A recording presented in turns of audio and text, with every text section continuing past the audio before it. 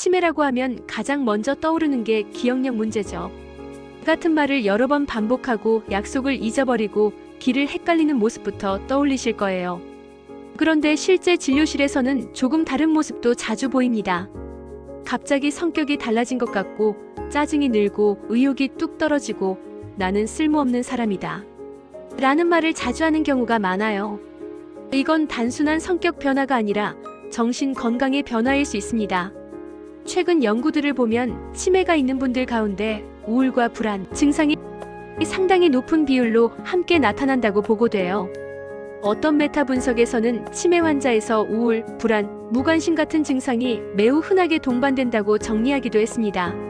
오늘은 치매와 정신 건강의 관계를 4가지 흐름으로 설명드리고 가족이 어떤 신호를 특히 조심해야 하는지 그리고 일상에서 실천할 수 있는 4가지 돌봄 방법을 숫자와 행동 중심으로 정리해 드릴게요.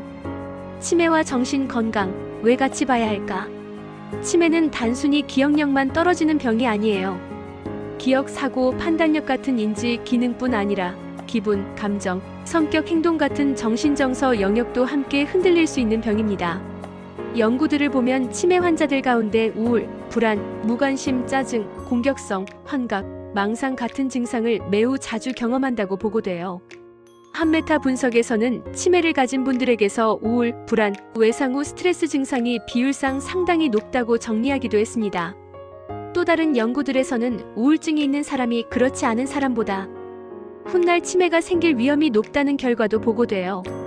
즉, 우울과 치매는 서로 영향을 주고받는 관계라고 볼 수 있습니다. 그래서 치매를 이야기할 때는 기억력만 볼 게 아니라 정신 건강을 함께 보는 것이 정말 중요합니다. 치매와 정신 건강의 관계 4가지. 첫째, 치매에는 우울, 불안이 흔하게 동반됩니다. 치매를 진단받은 분들 가운데 나는 이제 다 끝났다. 살아서 뭐하나? 라는 말을 반복하는 경우가 많아요. 이건 단순한 낙담이 아니라 우울증 수준의 기분 장애일 수 있습니다. 몇몇 연구와 메타 분석에서 치매 환자에게서 우울과 불안 증상이 상당히 높은 비율로 나타난다고 보고돼요. 예를 들면 이전보다 눈물이 잦아지고 본인을 계속 자책하고 즐거움을 느끼는 일이 거의 사라지고 미래에 대한 비관적인 말이 많아지고 이유 없이 불안해하고 가족이 잠깐만 안 보여도 불안 발작처럼 반응하는 경우가 있습니다. 이런 변화가 몇 주에서 이달 이상 지속된다면 나이 들어서 예민해진 것으로 넘기지 말고 우울불안 증상으로 보고 적극적으로 평가받는 것이 좋습니다. 둘째, 치매의 행동심리 증상이 정신 건강을 크게 흔듭니다. 치매에서 자주 나오는 행동과 감정 변화를 전문가들은 행동, 심리 증상이라고 부릅니다. 예를 들면 이런 것들이에요. 이유 없이 짜증을 내고 화를 잘 낸다. 가족을 도둑으로 의심한다. 없는 소리나 사람을 본다고 한다. 밤에 집 밖으로 나가려고 한다. 옷 갈아입기, 씻기, 식사 거부가 심해진다. 이런 변화들은 환자 본인에게도 큰 고통이지만 보살피는 가족의 정신 건강에도 상당한 부담을 줍니다. 연구들을 보면 PTSD가 심할수록 보호자의 우울, 불안, 번아웃 위험이 함께 증가하는 경향이 있어요. 그래서 치매 치료에서 기억력만 보는 것이 아니라 이 행동, 정서 증상을 함께 다루는 것이 매우 중요합니다. 셋째, 치매 진단 전후로 환자와 가족의 마음이 크게 흔들립니다. 치매가 의심되는 초기 단계에서는 본인이 스스로 기억력이 떨어지는 걸 느끼면서 나에게 무슨 일이 일어나고 있는지 모르는 불안을 많이 호소합니다. 진단을 받은 직후에는 충격과 부정, 분노와 억울함, 깊은 슬픔과 우울, 미래에 대한 두려움, 이 차례로 밀려오는 경우가 많아요. 가족 역시 비슷한 과정을 겪습니다. 설마 우리 엄마가 치매겠어?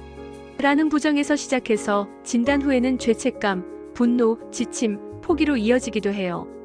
이 과정에서 환자와 가족 모두 우울과 불안, 수면 장애를 경험할 수 있기 때문에 치매 진단을 받았다는 이유만으로도 정신 건강 지원이 함께 필요하다고 보는 연구들도 있습니다. 넷째, 언제 전문가 도움을 받아야 할지 기준을 아는 것이 중요합니다. 치매와 관련된 정신 건강 문제는 가족이 혼자 감당하기에는 너무 벅찬 경우가 많아요. 다음과 같은 신호가 있다면 정신건강의학과, 치매 안심센터, 노인 전문 클리닉 등에서 반드시 도움을 받으셔야 합니다. 우울감, 불안, 짜증이 거의 매일 2주 이상 계속된다. 살고 싶지 않다. 죽어버리고 싶다 같은 말을 자주 한다. 환각, 망상 때문에 본인이나 가족의 안전이 위협받는다. 밤낮이 바뀌어서 가족 모두가 잠을 거의 자지 못하는 상황이 반복된다. 보호자 본인이 지쳐서 더는 못 버티겠다는 생각이 자주 든다. 전문가는 약물 치료, 비약물적 치료, 가족 교육, 지역 자원 연계 등 다양한 방법을 함께 제안해 줄 수 있어요. 치매는 혼자 싸우는 병이 아니라 팀으로 관리하는 병이라고 이해하시면 좋겠습니다. 치매와 정신 건강을 지키는 4가지 실천. 이제 가족분들이 오늘부터 바로 해볼 수 있는 행동 4가지를 정리해 볼게요. 첫째, 기억력뿐 아니라 기분과 행동 변화를 기록하세요. 하루 한 줄씩 오늘 기분은 어땠는지, 짜증, 불안, 환각, 망상 같은 증상이 있었는지, 수면과 식사는 어땠는지 간단하게 적어두세요. 이 기록은 나중에 병원에 갈 때 의사에게 가장 큰 도움이 되는 자료가 됩니다. 또 가족이 내가 과장해서 느끼는 건가? 라는 불안을 줄이는 데도 도움이 돼요. 둘째, 일주일에 2번 이상은 안전하고 익숙한 활동을 같이 하세요. 치매가 있어도 할 수 있는 활동은 생각보다 많아요. 짧은 산책, 같이 앨범 보기, 익숙한 노래 듣기, 간단한 설거지나 수건 개기처럼 성공 경험을 느낄 수 있는 활동을 일주일에 2번 이상 15분에서 30분 정도 함께 해보세요. 이런 활동은 환자의 불안과 초조를 줄이고 가족과의 정서적 연결을 유지하는 데 큰 도움이 됩니다. 셋째, 가족 보호자 자신의 정신 건강도 체크하세요. 보호자가 완전히 지치면 환자 돌봄도 유지하기가 어려워져요. 한 달에 한 번 정도는 내 수면, 식사 기분은 어떤지를 점검해 보세요. 우울감, 짜증, 무기력이 2주 이상 계속된다면 보호자 본인도 정신건강의학과나 상담센터의 도움을 받는 것이 좋습니다.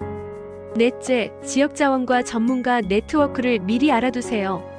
치매 안심센터, 보건소, 노인복지관, 정신건강복지센터 등 내가 사는 지역에 어떤 지원이 있는지 미리 검색해서 적어두세요. 가까운 치매 안심센터 전화번호, 야간이나 주말 위기 상황에 연락할 수 있는 곳, 방문간호, 주간 보호센터 정보. 이렇게만 적어둬도 막상 위기가 왔을 때 어디에 전화해야 하지? 하고 허둥대는 시간을 줄일 수 있습니다. 오늘은 치매와 정신 건강의 관계 4가지를 이야기했어요. 첫째, 치매에는 우울과 불안이 흔하게 동반됩니다.